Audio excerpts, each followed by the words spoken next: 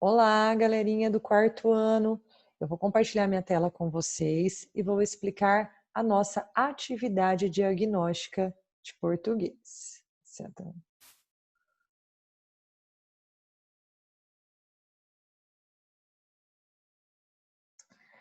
Pessoal, essa atividade diagnóstica é referente ao conteúdo estudado no primeiro bimestre. No primeiro bimestre, a nossa interpretação de texto, estrutura textual, foi de poema. Nós fizemos a análise da estrutura de poema e falamos sobre a poesia que há nele, a ideia, o tema, o assunto escolhido, a questão de lidar com sentimentos, brincar com as palavras. Então, retomando com vocês, num poema, nós temos uma estrutura diferente do texto em prosa. O que é o texto em prosa? É o texto narrativo. Ele tem parágrafos e linhas corridas, ou seja, a linha vai até o final. Eu escrevo até o final da minha linha. Acabou uma linha, vou para a linha de baixo. No poema, nós chamamos cada linha de verso e um conjunto de versos de estrofe. Então o poema ele tem título, este é um poema que eu gosto muito, que se chama Ou Isto ou Aquilo, da Cecília Meirelles. Leiam com atenção, espero que vocês gostem também. E cada linha desse poema nós chamamos de verso. Então aqui nesse poema, cada uma das linhas equivale a um verso. E um conjunto de versos equivale a uma estrofe. Então aqui, ó, como que as estrofes são divididas, professora? Reparem que elas têm um espacinho entre elas. Ó, então aqui eu tenho 2 versos e uma estrofe. Aqui eu tenho mais 2 versos e uma estrofe, certo? Então, esse poema eu quero que vocês leiam com muito cuidado, atenção. Se quiser aqui fazer o desenho, perdão, se quiserem pintar as atividades, tá bom? Se vocês fiquem à vontade, pode pintar. Depois a pergunta é: quantos versos tem esse poema? E quantas estrofes ele apresenta? As estrofes têm o mesmo número de versos? Então você vai voltar lá, vai ler com muita atenção, porque você vai precisar, nesse poema, você vai precisar da interpretação e da estrutura. Nós vamos fazer 2 tipos de análise aí. Então aqui o primeiro exercício é em relação à estrutura. Então você vai voltar, vai contar quantos versos, vai contar quantas estrofes, e depois você vai contar se há a mesma quantidade de verso em todas as estrofes, tá bom? E vão responder aqui.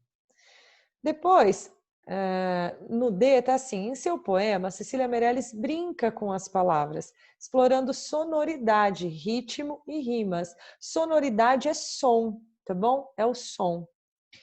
Pinte nas estrofes selecionadas abaixo as palavras que rimam. Então você vai ler com muita atenção esse pequeno fragmento aqui da poesia, do poema, né, da Cecília Meirelles, e vocês vão pintar as palavrinhas que rimam, que tem essa sonoridade, que possui esse ritmo, certo?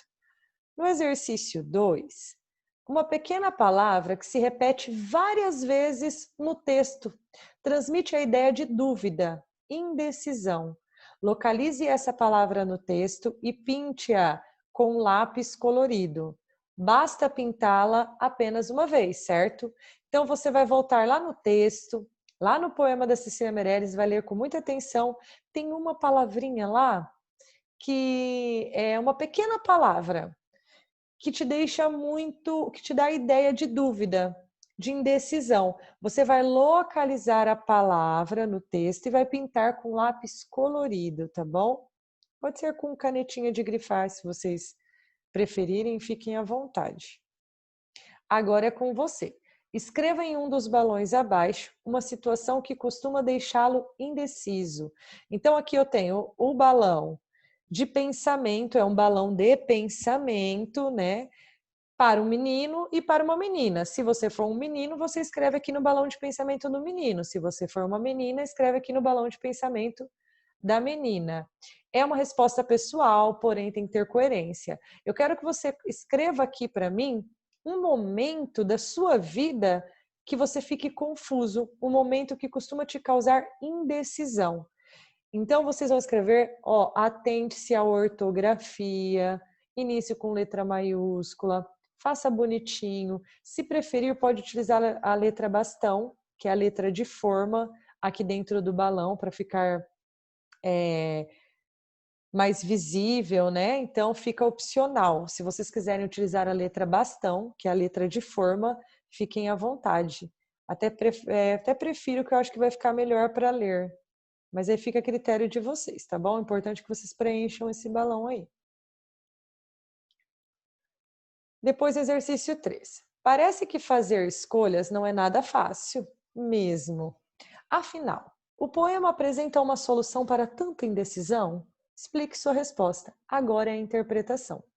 Diante desse poema da Cecília Meirelli, ou isto, ou aquilo. No final, ela chega a uma conclusão? No final, a gente consegue decidir, a gente consegue solucionar essa indecisão? Ela apresenta uma solução, por exemplo, ó, você está indeciso, mas se você fizer isso, vai dar certo. Ou não. O poema é do início ao fim, apresentando indecisão. Então, vocês vão responder se o poema apresenta ou não uma indecisão, se o poema apresenta ou não uma solução para tanta indecisão e logo em seguida vocês vão explicar sua resposta. Se sim, se apresenta uma solução, você vai colocar assim, ó, sim, no verso tal, na estrofe tal, pode citar aqui, pode colocar. Cecília Meirelles mostra que a solução é essa. E escreve aqui para mim, se tiver a solução no poema. Se não, você vai colocar não, porque em nenhuma parte a Cecília Meirelles, ou em nenhum momento o poema apresenta uma solução. Tanto que o poema acaba assim, assim, assim. Escrevam aí, pode pegar parte do poema para colocar aqui, para melhorar a sua resposta. Lembrando que eu gosto de respostas completas, início com letra maiúscula, atente-se à ortografia. Se tiver dúvida, consulte o dicionário, tá bom? Fiquem à vontade. Vocês podem consultar o dicionário sem problema. Assim como vocês fazem sala de aula, ou que eu passo tarefa para vocês, eu até gosto que vocês vão ampliando aí conhecimento, né? Vão aprendendo melhor a questão ortográfica. Então, descendo aqui mais um pouquinho, nós temos exercício 4. Situações vividas na infância sempre tem um gostinho de inocência com uma boa pitada de diversão. No poema a seguir, não foi diferente. Complete o texto com as palavras do quadro. Para isso, é preciso ficar atento às rimas. Então, nós temos aqui nesse quadro a palavra escola, a palavra futebol, passeio, argumentar, enguiço, isso, recreio, sol, namorar e bola. Logo aqui nós temos um poema que se chama Namoro Desmanchado. Leiam com cuidado, é um poema bem legal, bem divertido, traz aí uma interpretação também. O que vocês vão fazer? Vocês vão começar a ler, eu vou ler a primeira estrofe para vocês entenderem. E aqui nessas lacunas, aqui, tá vendo? Onde tem esses espaços, vocês vão completar com as palavras aqui que estão no quadro. Já não tenho namorada e nem ligo para...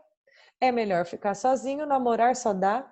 Então, vocês vão colocar duas palavras aqui, mantendo a rima. Então, vocês vão preencher o poema todo com as palavras do quadro acima, mantendo a rima. Então, fique atento aí. Faça, leia, se precisar, leia novamente, tá bom?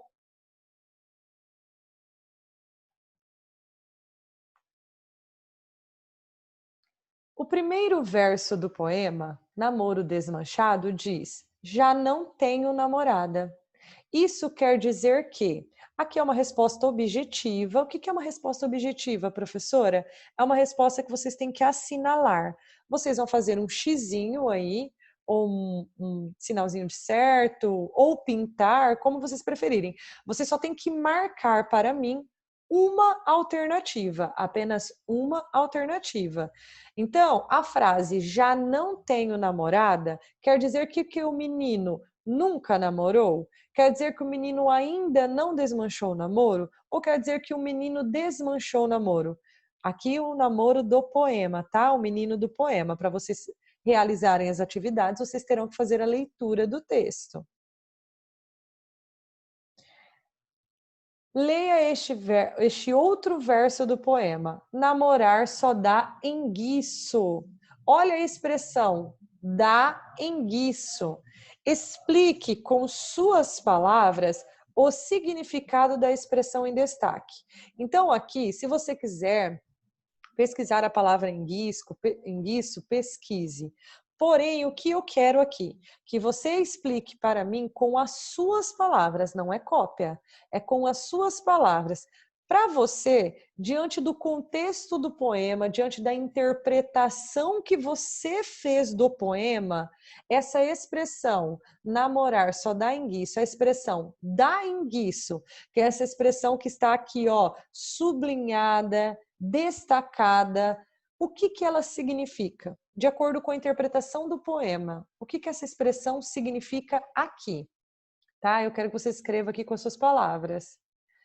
Afinal, por que esse namoro foi desmanchado? Lá no poema tem a explicação, tá? Se você ler o poema com cuidado, certinho, se precisar ler 2, 3 vezes, você vai entender o motivo do namoro ter sido desmanchado, porque lá fica claro, é evidente quais foram os motivos que fizeram com que esse namoro terminasse, tá bom?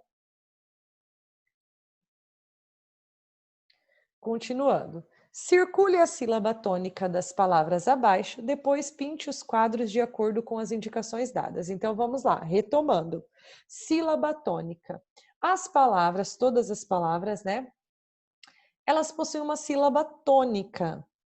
Como que eu encontro a sílaba tônica, professora? Eu tenho que chamar a palavra. Lembra, nós fizemos em sala de aula, que eu falei assim para vocês, nossa, daqui a pouco vocês vão começar a falar as palavras só chamando. Então, você tem que chamar a palavra. Por exemplo, a palavra óculos. Óculos. A palavra parede. Parede. A palavra porta. Porta. Então, o que você vai fazer? A palavra ventilador. Ventilador. Você vai chamar a palavra. A sílaba que for pronunciada com maior intensidade, ou seja, a sílaba que você tem mais força, a sílaba mais longa, essa sílaba é chamada de sílaba tônica. Então, retomando, a palavra parede, a sílaba re vai ser a sílaba tônica. A palavra porta, porta, a sílaba por vai ser a sílaba tônica. Ventilador, a sílaba dor vai ser a sílaba tônica. Então, primeiro você vai chamar as palavrinhas e circular todas as sílabas tônicas. Em seguida, você vai classificar pintando de verde as palavras oxítonas, de vermelho as paroxítonas e de azul as proparoxítonas. Como que você vai identificar? Se a sílaba, ó, lembrando que eu conto de trás para frente, eu conto da última sílaba, eu conto da direita para a esquerda as sílabas do final. Então, se for a última sílaba tônica, essa palavra vai ser chamada de oxítona. Por exemplo, a palavra ventilador, a sílaba tônica é dor, é a última sílaba da palavra. Então, essa palavra é uma oxítona. Agora, se eu chamo a palavra, por exemplo, a palavra parede, não é a última, é a penúltima. Se for a penúltima, essa palavra vai ser uma paroxítona. Agora, Se for a antepenúltima, vai ser proparoxítona. Eu vou falar uma. Matemática. É a última sílaba? Não. É a penúltima sílaba tônica? Não. É a antepenúltima? Sim. Então a palavra vai ser uma proparoxítona. Galerinha, nós fizemos várias atividades dessas em sala de aula, no material, no caderno, fizemos nas aulas online também, eu fiz uma revisão com vocês, voltei nas palavras oxítonas, paroxítonas e proparoxítonas, então façam com muito cuidado. Lembrando aí, né, uma regrinha, foi a regra que vocês aprenderam, que todas as proparoxítonas são acentuadas. Professora, onde que está a sílaba da proparoxítona? Na sílaba tônica. Matemática. Olha o acento agudo no má, na sílaba tônica. Lembrando, tio não é acento. Tio é som nasal. Tio não é acento.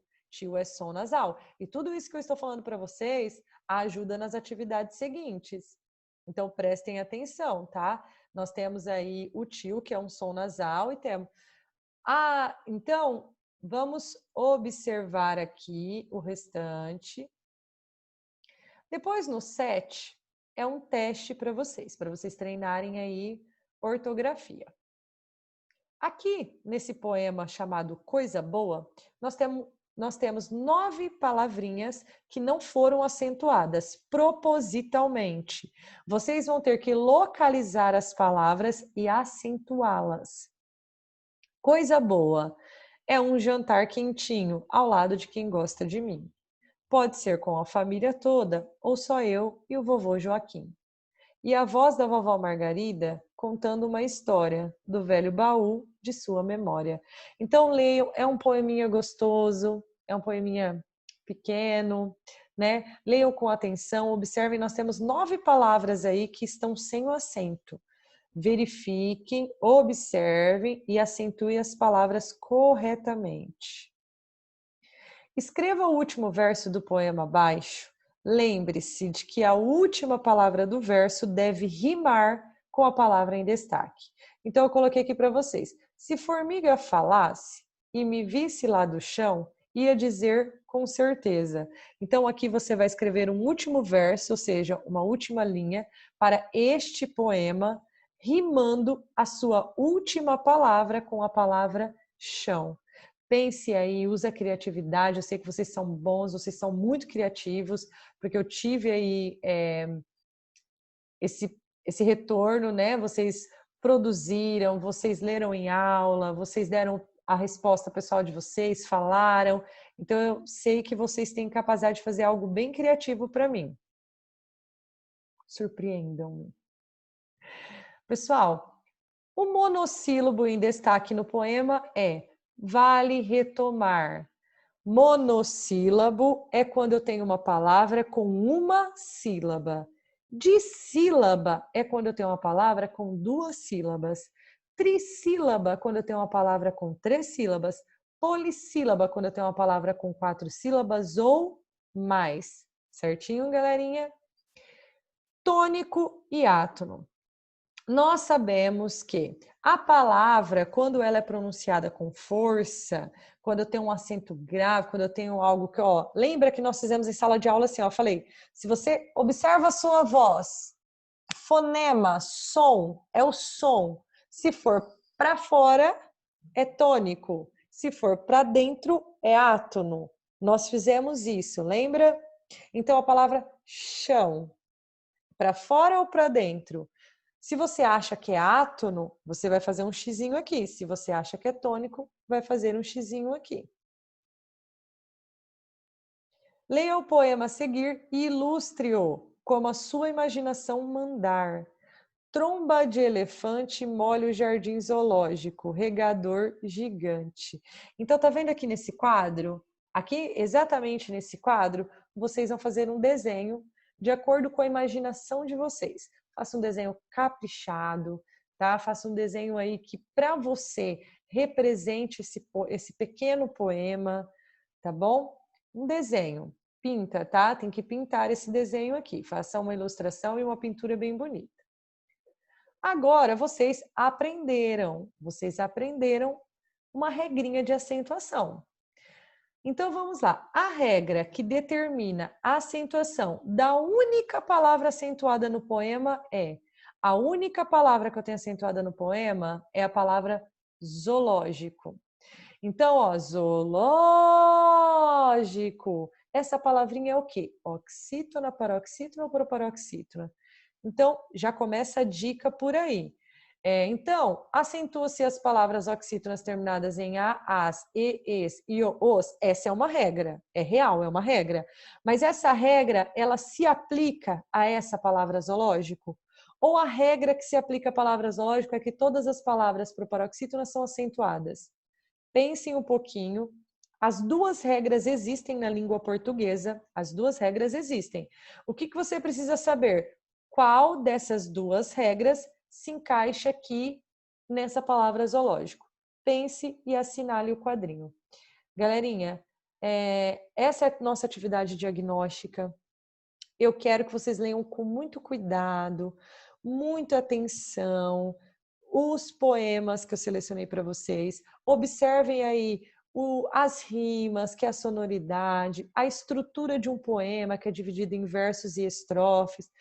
A questão do poeta poder brincar com as palavras, porque isso é muito significativo. Eu quero que vocês observem também a magia do poema.